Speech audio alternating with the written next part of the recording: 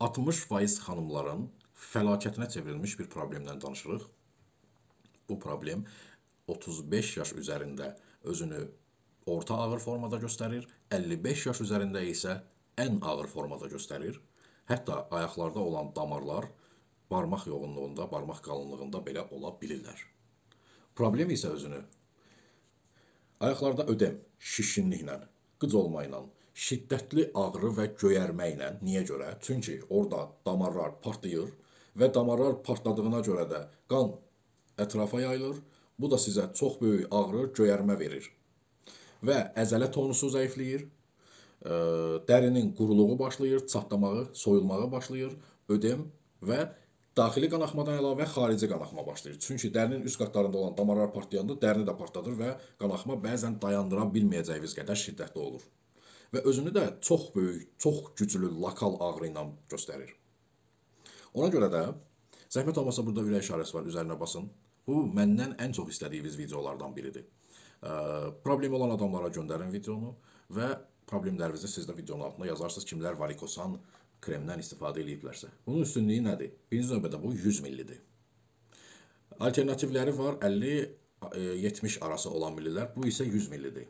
Yəni bu çox gedir. Plus, onlar daha bahadır, bu 17-18 manat arasındadır apteklərdə. Və bu tam bitkisəldir, eyni zamanda bu Dr. Müller farmanındır. Yəni Dr. Müller, sadəcə Google-da Dr. Müller farma yazın və baxın. Başqa heç nə. Ki, o firmanın necə keyfiyyətlidir məhsulları. Çünki bu Azərbaycanda hazırlanan bir şey deyil, bu xaricidir, bu Çexiyadır. Və tərkibində var atşabalıdır, eyni zamanda Virginia hamamelisi, xəşənbül ekstraktı və gülünbahar ekstraktı.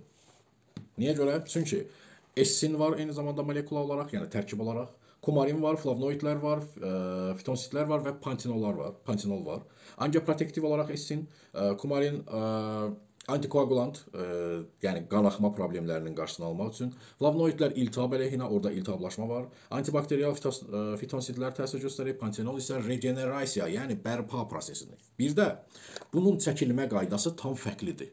Bu videonun dəqiqəsi uzun olacaq, amma mən sizə istəyirəm tam, çünki məndən ən çox gözlədiyiniz videodur. Axır ki, yaxşı bir şey tapmışam, ona görə bu qədər uzun danışıram. Bunun çəkilmə qaydası tam fərqlidir. Birinci növbədə, əgər ayağınızda, bu dizdən aşağıda daha çox özünü biruzə verir və ayağın arxa baldır hissəsində.